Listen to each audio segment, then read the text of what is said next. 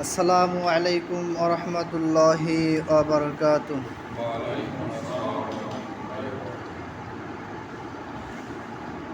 নাহমাদুহু ওয়া নাস্তাঈনুহু ওয়া নাস্তাগফিরুহু ওয়া নু'মিনু বিহি ওয়া নাতাওয়াক্কালু আলাইহি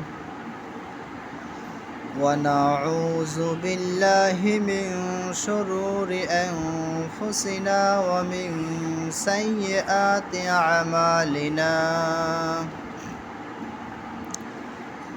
من يهده الله فلا مضل له ومن يضلله فلا هادي له ونشهد أن لا إله إلا الله وحده لا شريك له ونشهد أن محمدًا عبده ورسوله الذي أرسله بالحق بشيرا ونذيرا وداعيا إلى الله بإذنه وسراجا منيرا. أما بعد فقد قال الله تعالى في كلامه المجيد وفرقانه الحميد. أعوذ بالله من الشيطان الرجيم. بسم الله الرحمن الرحيم. يا أيها الذين آمنوا اركعوا واسجدوا واعبدوا ربكم وافعلوا الخير لعلكم تفلحون. صدقت يا رب العالمين. قال رسول الله صلى الله عليه وسلم: أول ما يحاسب به العبد يوم القيامة الصلاة أو كما قال النبي عليه الصلاة والسلام. আলহামদুলিল্লাহ, সমস্ত প্রশংসা মহিয়ান গরিয়ান সর্বশক্তিমান আল্লাহ সুবহানাহু ওয়া তাআলা এর দরবারে, যে আল্লাহ পাক আমাদেরকে ব্যস্ত মুখর দিনে যাচাই বাছাই করে পছন্দ করে তেনার ঘর মসজিদে আসার তৌফিক দান করছেন। নামাজের শুরুতে কিছু কথা দ্বীনি বয়ান নসিহত শোনার তৌফিক দান করলেন। সেই মহান মালিকের দরবারে শুকরিয়া আদায় করি। সকলে বলছি আলহামদুলিল্লাহ। লক্ষ কোটি দরুদ সালাম শান্তি রহমত বর্ষিত হোক উম্মতের কান্ডারি দোজাহানের বাদশাহ সাইয়্যিদুল কাওনাইন জনাবে মুহাম্মদুর রাসূলুল্লাহ সাল্লাল্লাহু আলাইহি ওয়াসাল্লামের উপর। সম্মানিত হাজিরিন, আলোচনা চলছিল নামাজের উপরে। নামাজ একটি গুরুত্বপূর্ণ ইবাদত। ইসলামে যতগুলো ভিত্তি রয়েছে তার মধ্যে অন্যতম প্রধান ভিত্তি হলো নামাজ। আমরা মুসলমান, আমাদের উপর প্রধান দায়িত্ব হলো নামাজ আদায় করা। একজন অমুসলিমের উপর যদি সে ঈমান আনে, একজন মানুষ ঈমান আনার পর তার প্রথম প্রধান বড় দায়িত্ব হলো নামাজ আদায় করা।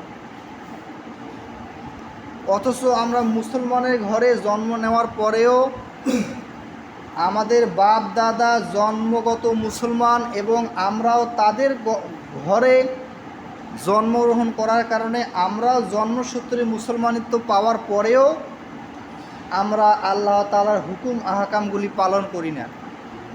নামাজ আদায় করি না। অথচ ইসলামের একটা প্রধান ভিত্তি হলো নামাজ। ইসলামকে কয়েকটা ভিত্তির উপরে প্রতিষ্ঠিত করা হয়েছে, তার মধ্যে সর্বোত্তম সর্বাপেক্ষা গুরুত্বপূর্ণ ভিত্তি হলো নামাজ। নামাজ একটা গুরুত্বপূর্ণ ইবাদত। এই নামাজকে আল্লাহ রাব্বুল আলামিন রসুল আকরাম সাল্লাল্লাহু আলাইহি ওয়াসাল্লামকে 7 আসমান 7 জমিনের উপর লৌহে কলমের উপরে আরশ আজিমে মেরাজের রজনীতে উপহার দিয়েছেন এই নামাজ। তাহলে এই নামাজ কত দামি!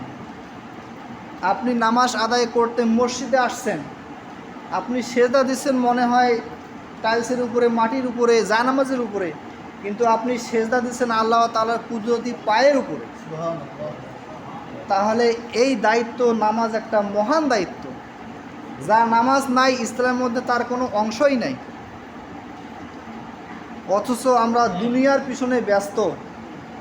আল্লাহ রাব্বুল আলামিন আমাদেরকে ইবাদত করতে বলেছেন, নামাজ আদায় করতে বলেছেন, তার হুকুম দাসত্ব গোলামি করতে বলেছেন, কিন্তু আমরা আল্লাহ তাআলার হুকুম বাদ দিয়ে দুনিয়ার জীবনকে প্রাধান্য দিচ্ছি, দুনিয়াবি কাজে আমরা ব্যস্ত। এজন্য দেখা যায় আমরা নামাজ কালাম পড়ি না, ফজরের নামাজ পড়ি না, অথচ ফজরের সময় রহমত নাজিল হতে থাকে। যারা ফজরের নামাজ আদায় করে সে সমস্ত মুসল্লিদের উপর আল্লাহ তাআলার ফেরেশতা রহমত নিয়ে আসেন। অথচ আমরা যারা ঘুমিয়ে থাকি তারা কিন্তু রহমত থেকে বঞ্চিত হই। এজন্য আমাদের সংসারে বিভিন্ন প্রকার অশান্তি নেমে আসে। হাজারো কাজ করি, প্রতিদিন কর্মে ব্যস্ত থাকি, এরপরে আমাদের অভাব অনটন দূর হয় না। সারা মাস পরিশ্রম করতেছি, কিন্তু মাস শেষে দেখা যায় আমার কোনো পুঁজি নাই, কোনো সঞ্চয় নাই। এর কারণ হলো আল্লাহ তাআলার হুকুমকে অমান্য করা, দুনিয়াকে প্রাধান্য দেওয়া। আপনি যতই কাজ করেন না কেন, ঠিকমতো আপনি নামাজ আদায় করবেন, আল্লাহ তাআলা আপনার রুজিতে বরকত দিবেন। বলেন সুবহানাল্লাহ। হযরত আবু হুরায়রা রাদিয়াল্লাহু তাআলা আনহু থেকে বর্ণিত, ক্বালা রাসূলুল্লাহ সাল্লাল্লাহু আলাইহি ওয়াসাল্লাম, রাসূলুল্লাহ সাল্লাল্লাহু আলাইহি ওয়াসাল্লাম বলেন, আরাআইতুম লাউ আন্না নাহরান বিবাবিন আহাদুকুম ইয়াগতাসিলু ফিহি কুল্লা ইয়াউমিন খামসান।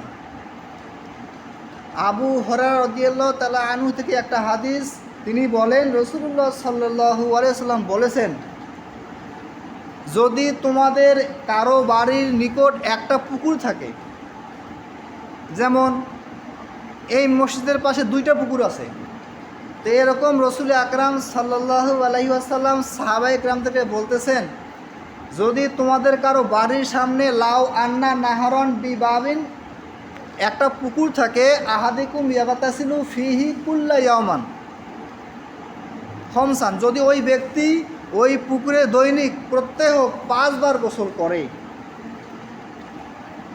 হাল দারো, তার শরীরে কোনো ময়লা থাকবে? হাল ইয়াবকা মিন দারনিহি শাইউন, ওই ব্যক্তির শরীরে কি কোনো ময়লা থাকতে পারে? ক্বালু, সাহাবায়ে কেরাম তখন বললেন, লা ইয়াবকা মিন দারনিহি শাইউন, তার শরীরে আর কোনো ময়লা থাকবে না। কারো বাড়ির সামনে যদি একটা পুকুর থাকে এবং তাতে যদি ওই ব্যক্তি 5 বার গোসল করে দৈনিক, তার শরীরে কোনো ময়লা থাকবে না। তখন রসুল আকরাম সাল্লাল্লাহু আলাইহি ওয়াসাল্লাম বললেন যে খমসু সলাওয়াতিন, এই যে 5 ওয়াক্ত নামাজ, এই 5 ওয়াক্ত নামাজই হলো প্রতিদিন 5 বার গোসল করার উদাহরণ।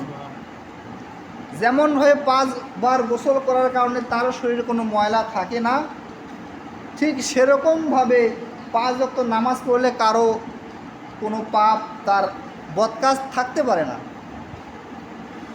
গোসল করার কারণে যেমন ময়লা দূরীভূত হয়ে যায়, ঠিক তেমনি 5 ওয়াক্ত নামাজের কারণে আপনার শরীর থেকে, আপনার অন্তর থেকে পাপসমূহ মোচন হয়ে যায়, ঝরে পড়ে যায়। তাহলে দেখেন 5 ওয়াক্ত নামাজ পড়ার কত গুরুত্ব। এমনকি আপনাকে নামাজ আদায় করতে হবে জামাতের সাথে। জামাতের সাথে নামাজ আদায় করার অনেক সওয়াব। আপনি একাকী নামাজ আদায় করতেছেন, অথচ জামাতে নামাজ আদায় করলে আপনি 27 গুণ সওয়াব বেশি পাবেন। আপনি আসরের নামাজ বাসায় পড়লেন একবার, আর একজন লোক আপনার বন্ধু জামাতে নামাজ পড়লে একবার, তা আপনার চেয়ে তার সওয়াব 27 গুণ বেশি হয়ে গেল। আপনি আসরের নামাজ 27 বার পড়বেন, সে জামাতের সাথে একবার পড়ল, এরপরে আপনি তার সমান হতে পারবেন। তাহলে দেখেন জামাতের সাথে নামাজ আদায় করার কত সওয়াব।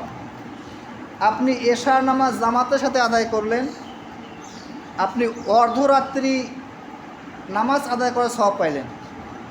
এরপরে যদি আপনি আবার ফজরের নামাজ জামাতের সাথে উঠে আদায় করতে পারেন, তাহলে আপনি সারা রাত নামাজ আদায় করার সওয়াব পাইলেন। তাহলে দেখেন জামাতের সাথে নামাজ আদায় করার সওয়াব কত বেশি। আপনি সারা রাত ঘুমাইলেন, এরপরেও ঘুমিয়ে থাকার পরেও আপনি সারা রাত ধরে ইবাদত বন্দেগী ব্যস্ত থাকার মতো, সারা রাত ধরে নামাজ আদায় করার মতো সওয়াব পাইলেন। কী কারণে? আপনি এশার নামাজ জামাতে আদায় করেছেন এবং শেষ রাত্রিতে জাগরিত হয়ে ফজরের নামাজ আবার জামাতের সাথে আদায় করেছেন। এজন্য আল্লাহ সুবহানাহু ওয়া তাআলা আপনার আমল নামায় আপনি সারা রাত ঘুমিয়ে থাকার পরেও শুধুমাত্র এশা এবং ফজরের নামাজ জামাতের সাথে আদায় করার কারণে আপনার সারা রাত নামাজ আদায় করার সওয়াব আপনার আমল নামায় আল্লাহ তাআলা দিয়ে দিলেন। তাহলে দেখেন জামাতের সাথে নামাজ আদায় করার কত সওয়াব, কত ফজিলত। রাসূল করিম সাল্লাল্লাহু আলাইহি সাল্লাম বলেন, যখন মসজিদে আজান হয়, আজান শুনে যে সমস্ত লোকেরা মসজিদে আসে এবং যারা বাড়িতে রয়ে যায়, বাসায় আসে না, আমার ইচ্ছা হয় যে সমস্ত লোকেরা আজান শুনে মসজিদে আসে, আমি তাদের মধ্য থেকে একজন ইমাম নিয়োগ করে দেই, তারা নামাজ আদায় করুক। আর যারা বাসায় আছে আমি তাদেরকে কাঠ সংগ্রহ করে আগুন জ্বালিয়ে পুড়িয়ে দেই। তাহলে দেখেন বাসায় নামাজ আদায়কারীদের ব্যাপারে রাসূল সাল্লাল্লাহু আলাইহি ওয়াসাল্লাম কত বড় ধমক দিয়েছেন, কত বড় শাস্তির কথা বলেছেন। এজন্য আমাদের উচিত একাকী নামাজ আদায় করা আছে, জামাতের সাথে নামাজ আদায় করা উচিত। এবং এতে অসংখ্য সওয়াব আছে এবং এতে একটা ঐক্য রয়েছে। আপনার দেখা দেখি আরেকজন লোক জামাতের সাথে নামাজ আদায় করতে উৎসাহী হবে, যে আমার একসাথে আমরা চলাফেরা করি, আমি জামাতে নামাজ আদায় করি না, 5 ওয়াক্তের মধ্যে 2 বার মসজিদে যাই, অথচ আমার চলার সাথে আমার বন্ধু, আমার চাচাতো ভাই, সে 5 বারের মসজিদে যায়, আমি কেন যাইতে পারবো না? এজন্য আমাদের উচিত জামাতের সাথে নামাজ আদায় করা। এজন্য দেখা যায় যে সমাজে 4 শ্রেণীর লোক বসবাস করে, যারা আল্লাহ তাআলার হুকুম বাদ দিয়ে সারাদিন রোজগারে ব্যস্ত, এরপরেও তাদের পেরেশানি, রিজিকের অভাব দূর হয় না। একদল লোক যারা দুনিয়াতেও সুখী, আখিরাতে কষ্ট, অর্থাৎ যাদের ধন সম্পদ আল্লাহ তাআলা দিয়েছেন, দুনিয়াবী জীবনে তারা সুখী, আল্লাহ তাআলা ইবাদত বন্দেগী করে না, এর কারণে পরকালীন জীবনে তারা কষ্টের সম্মুখীন হবেন। আর এক দল লোক আছে যারা দুনিয়াতে কষ্ট স্বীকার করবে, আখিরাতে সুখী হবে। এ সমস্ত লোক হলো যারা আল্লাহ তাআলার হুকুম পালন করবে, আল্লাহ তাআলা যেই আদেশ করছেন সেগুলো মেনে চলবে, নিষেধ করছেন নিষিদ্ধ কাজ থেকে বিরত রাখবে। তারা দুনিয়াতে কষ্ট জীবনযাপন করলেও আখিরাতে আল্লাহ তাআলা তাদেরকে সুখে রাখবেন, শান্তিতে রাখবেন। এরপরে একজন লোক আছে যারা কিনা দুনিয়াতেও কষ্ট, আখিরাতেও কষ্ট। দুনিয়াতেও তার রিজিকের পেরেশানি দূর হয় না, সারাদিন কাজ করতেছে, সারা মাস, সারা বছর, সারা জীবন কাজ করতেছে, কষ্টও দূর হয় না। এমনকি আল্লাহ তাআলার হুকুম নামাজও সে পড়ে না, আজান দিচ্ছে, কাজে ব্যস্ত, নামাজ পড়তেছে না। এর কারণ দুটা তার ক্ষতি হয়ে গেল, সারা জীবন তাকে কাজ করতে হচ্ছে, দুনিয়াবী কষ্ট, এবং এই কষ্টের কারণে যে আল্লাহ তাআলা হুকুমগুলো দিয়েছেন, নামাজ আদায় করতে বলছেন, কাজে ব্যস্ত থাকার কারণে নামাজ পড়লো না, এজন্য আখিরাতেও সে কষ্টে ভোগ করবে। এরপরে আরেকজন লোক আছে যারা কিনা দুনিয়াতেও সুখী, আখিরাতেও সুখী। এরা আল্লাহ তাআলার হুকুম দুনিয়াতে পালন করে বিধায় দুনিয়াতে আল্লাহ তাআলা তাদেরকে রিজিকের পেরেশানি থেকে দূর করে, রিজিকের ফয়সালা আসমানে হয়। আপনি আল্লাহ তাআলাকে ডাকবেন, আল্লাহ তাআলা আপনাকে রিজিক দিয়ে দিবেন। যারা আল্লাহ তাআলার হুকুম হাকামগুলো পালন করে, এ সমস্ত লোকদেরকে আল্লাহ তাআলা দুনিয়াতেও সুখে রাখেন এবং আখিরাতেও সুখে রাখবেন। সম্মানিত হাজরিন, এক সাহাবীর কথা বলি, আব্দুল্লাহ আনসারী সাহাবী, যিনি কিনা নামাজ আদায়ের সাথে সাথেই আবার বাসায় চলে যাইতেন। তার ব্যাপারে কতিপয় সাহাবী রাসূলুল্লাহ সাল্লাল্লাহু আলাইহি ওয়াসাল্লামের কাছে অভিযোগ দায়ের করলো যে আপনার এক সাহাবী যে কিনা আপনি যখন নামাজে দণ্ডায়মান হয়ে যান, নামাজ শুরু করেন, তখন সে দৌড়ে দৌড়ে নামাজে এসে সামিল হয়, এরপরে আপনি যখন নামাজ ফিরিয়ে সালাম ফিরান, এরপরে ওই সাহাবী আবার বাসায় চলে যায়। এর কারণটা কি? অথচ আমরা জানি যে ব্যক্তি মসজিদে সবার শেষে আসে এবং সবার আগে যায়, সে হলো মুনাফিক। সে কি বলেন? তো রসুল আকরাম সাল্লাল্লাহু আলাইহি ওয়াসাল্লামকে সাহাবা একরাম বলতেছেন যে আব্দুল্লাহ আনসারী সাহাবি সে সবার শেষে আসে এবং সবার আগে যায়, তাহলে এই সাহাবি মুনাফিকের কাতারে পড়ে গেল কিনা আমরা চিন্তিত আছি, এজন্য আপনাকে অভিযোগ দিলাম। তখন রসুল আকরাম সাল্লাল্লাহু আলাইহি ওয়াসাল্লাম বললেন যে কারো বিষয়ে সঠিকভাবে না জেনে কোনো কথা কোনো মন্তব্য করা ঠিক নয়। আমি আগে তার বিষয়টা দেখব, এরপরে কি হয় সেটা আমি ফয়সালা দিব। তখন আসরের নামাজের ওয়াক্ত শুরু হয়ে গেল, আসরের আজানও হয়ে গেল, তথাপি দেখা গেল যে আব্দুল্লাহ আনসারী সাহাবী এখনও জামাতে উপস্থিত হয় নাই। এরপরে যখন একামত দিল, রসুল সাল্লাল্লাহু আলাইহি সাল্লাম ইমামতির জন্য দাঁড়িয়ে গেলেন, তখন দেখলেন যে আব্দুল্লাহ আনসারী সাহাবী দৌড়াতে দৌড়াতে আসতেছে। এরপরে নামাজ এক পর্যায়ে শুরু হয়ে গেল, নামাজ শেষও হয়ে গেল। রাসূলুল্লাহ সাল্লাল্লাহু আলাইহি ওয়াসাল্লাম সালাম ফিরালেন, দেখা গেল আব্দুল্লাহ আনসারী সাহাবী আবার চলে গেল। তখন রাসূলুল্লাহ সাল্লাল্লাহু আলাইহি ওয়াসাল্লাম বললেন যে ওই সাহাবী, তোমরা যারা বলছিলে যে আব্দুল্লাহ আনসারী সাহাবী এরকম করে, সে তো আসলেই এরকম করে, সে নামাজে সবার শেষে আসলো এবং সবার আগেই চলে গেল। তখন রাসূলুল্লাহ সাল্লাল্লাহু আলাইহি ওয়াসাল্লাম কতিপয় সাহাবীকে নিয়ে আব্দুল্লাহ আনসারীর বাড়িতে গেলেন। বাড়িতে যাওয়ার পর দুইবার সালাম দিলেন। কারো বাড়িতে প্রবেশের আগে সালাম দিতে হবে, অনুমতি নিতে হবে, আসসালামু আলাইকুম বলতে হবে, এরপরে অনুমতি চাইতে হবে, 3 বার অনুমতি চাইতে হবে। যদি তারপরে অনুমতি দেয় তাহলে বাসায় ঢুকতে হবে, নতুবা সেখান থেকে ফিরে আসতে হবে। তো রসুল আকরাম সাল্লাল্লাহু আলাইহি ওয়াসাল্লাম 2 বার সালাম দিলেন। এরপরেও আব্দুল্লাহ আনসারী সাহাবের বাসা থেকে কোনো উত্তর আসলো না, সালামের কোনো জবাব আসলো না। এরপরে রসুল আকরাম সাল্লাল্লাহু আলাইহি ওয়াসাল্লাম 3য় বার সালাম দিলেন। তখন আব্দুল্লাহ আনসারী সাহাবী তৎক্ষণাৎ দরজা খুলে দিলেন। দরজা ছিল তার খেজুরের পাতা দিয়ে তৈরি করা। তো রাসূলুল্লাহ সাল্লাল্লাহু আলাইহি ওয়াসাল্লাম যখন দেখলেন দরজা আব্দুল্লাহ আনসারী সাহাবী খোলাইল, দেখলেন যে একটা বাচ্চা তেনাকে হাতে শিকল দিয়ে বেঁধে রাখা হয়েছে। তখন রসুল আকরাম সাল্লাল্লাহু আলাইহি ওয়াসাল্লাম আব্দুল্লাহ আনসারী সাহাবীকে বললেন যে আমি কি কারণে আসছি এই কথা পরে, আমাকে আগে 2টা প্রশ্নের জবাব দাও। একটা প্রশ্ন হইল যে আমি 2 বার তোমাকে সালাম দিলাম, অনুমতি চাইলাম, তুমি কি শুনতে পাও নাই, নাকি 3য় বার শুনতে পাইছো, আমাকে এই জবাব দাও। এরপরে আরেকটা প্রশ্ন হইল, এই যে একটা শিশু বাচ্চা দেখা যায় যার হাতে শিকল দিয়ে বাঁধা, এই বাচ্চাটা কে হয়, তার কি ক্ষতি, সে কি অপরাধ করেছে যে তাকে এভাবে বেঁধে রাখা হয়েছে। তখন আব্দুল্লাহ আনসারী সাহাবী বললেন যে ইয়া রাসূলুল্লাহ, এই যে দেখেন আমার ঘর, এখানে একটা গর্ত আছে, সেখানে আমার স্ত্রী উলঙ্গ অবস্থায় বসে আছে, আমার একটা মাত্র চাদর, আর কোনো চাদর নাই, আর কোনো পরনের পোশাকও নাই। আসরের নামাজ শুরু হয়ে গেল, আজান দিল, একামত শুরু হয়ে গেল, আমি আমার স্ত্রীকে উলঙ্গ অবস্থায় গর্তের মধ্যে রাখলাম এবং তার কাপড়টা আমি পরিধান করলাম, পরিধান করে আমি জামাতের সাথে নামাজ আদায় করলাম। আসরের ওয়াক্ত যাতে চলে না যায় এজন্য আপনি সালাম ফিরালেন, এজন্য তৎক্ষণাৎ এসে আমি আবার গর্তে নামলাম, আমার স্ত্রীকে আমি কাপড়টা দিলাম। তখন আপনি বাসায় আসলেন, এসে প্রথম সালাম দিয়েছেন, আমি গর্তে ছিলাম, আমি সালামের উত্তর দেই নাই, কারণ যদি সালামের উত্তর দেই এবং আসতে আমার বিলম্ব হয়, আমার প্রিয় নবী আপনি কষ্ট পাবেন, এজন্য আমি প্রথম সালামের জবাব দেই নাই। এরপরে আপনি আবার দ্বিতীয় সালাম দিলেন, দ্বিতীয় সালামের জবাব আমি দেই নাই, কারণ আমার স্ত্রী তখন আসরের নামাজ পড়েছিল, আমি গর্তে উলঙ্গ অবস্থায় বসে আছি, আমি আপনার যদি সালামের জবাব দেই, অনুমতি দেই, তাহলে আমি আপনার কাছে সময় মতো যাইতে পারবো না, আপনি কষ্ট পাবেন। এরপরে আপনি যখন 3য়বার সালাম দিয়েছেন, অনুমতি চাইছেন, তখন আমার স্ত্রী নামাজ আদায় করা শেষ, আমার স্ত্রীকে আমি গর্তের উলঙ্গ অবস্থায় রাখলাম, আমি আমার স্ত্রী ওই চাদরটা পরলাম এবং আপনার কাছে আসলাম। এটা হলো প্রথম প্রশ্নের জবাব। এরপরে রসুল বললেন যে এই যে একটা সন্তান, অবশ শিশু, তাকে আপনি হাতে শিকল অবস্থায় রাখছেন কেন, তার কি অপরাধ, কি দোষ?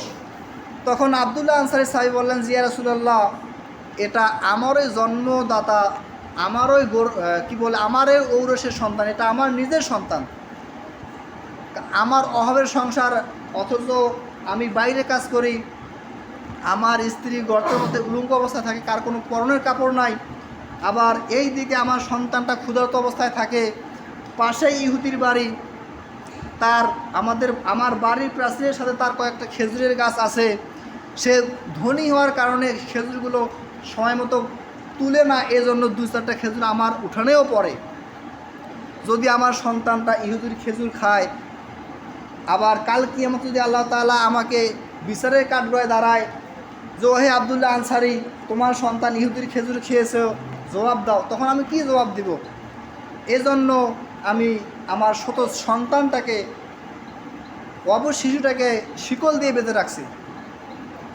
তাহলে এই কাহিনী, এই ঘটনা থেকে আপনারা কি শিখলেন? আব্দুল্লাহ আনসারী এত গরিব সাহাবী ছিল যার মাত্র পরনের কাপড় একটা ছিল, ওই কাপড় দিয়েই দুজন ভাগাভাগি করে নামাজ আদায় করতেন। একজনের নামাজ আদায় করা শেষ হলে একজন গর্তে নামতেন, উলঙ্গ অবস্থায় থাকতেন, আর একজন ওই কাপড় পরে নামাজ আদায় করতেন। তাহলে আব্দুল্লাহ আনসারী সাহাবী, যে কিনা এত গরিব, এত নিঃস্ব হওয়ার পরেও জামাতের সাথে নামাজ আদায় করছিলেন, তিনি কোনো নামাজ এত গুরুত্ব দিয়েছিলেন, অথচ আমরা আব্দুল্লাহ আনসারী সাহাবীর মতো কোনো অভাবী সাহাবী, কোনো গরিব সাহাবী এখন আছে নাকি আমাদের সমাজে, যার একটা মাত্র কাপড়? অথচ আমাদের প্রত্যেকেরই 2-4টা কাপড় আছে। আমাদের তার চেয়েও ভালো অবস্থা থাকার পরেও আমরা কিন্তু নামাজ আদায় করতেছি না। অথচ আব্দুল্লাহ আনসারী সাহাবী এত অভাবে থাকার পরেও তিনি 5 ওয়াক্ত নামাজ আদায় করছিলেন, কারণ তাদের ভয় ছিল, তাদের কিয়ামত দিবসের ভয় ছিল। এজন্য তারা জীবনের প্রতিটি অবস্থায় আল্লাহ তাআলার হুকুম আহকাম পালন করেছিলেন। তো আসুন আমরা আল্লাহ তাআলার হুকুম আহকাম পালন করি, 5 ওয়াক্ত নামাজ জামাতের সাথে আদায় করি, সকলে বলি আল্লাহুম্মা আমিন। ওয়া আখির দাওয়ানা আলহামদুলিল্লাহি রাব্বিল আলামিন।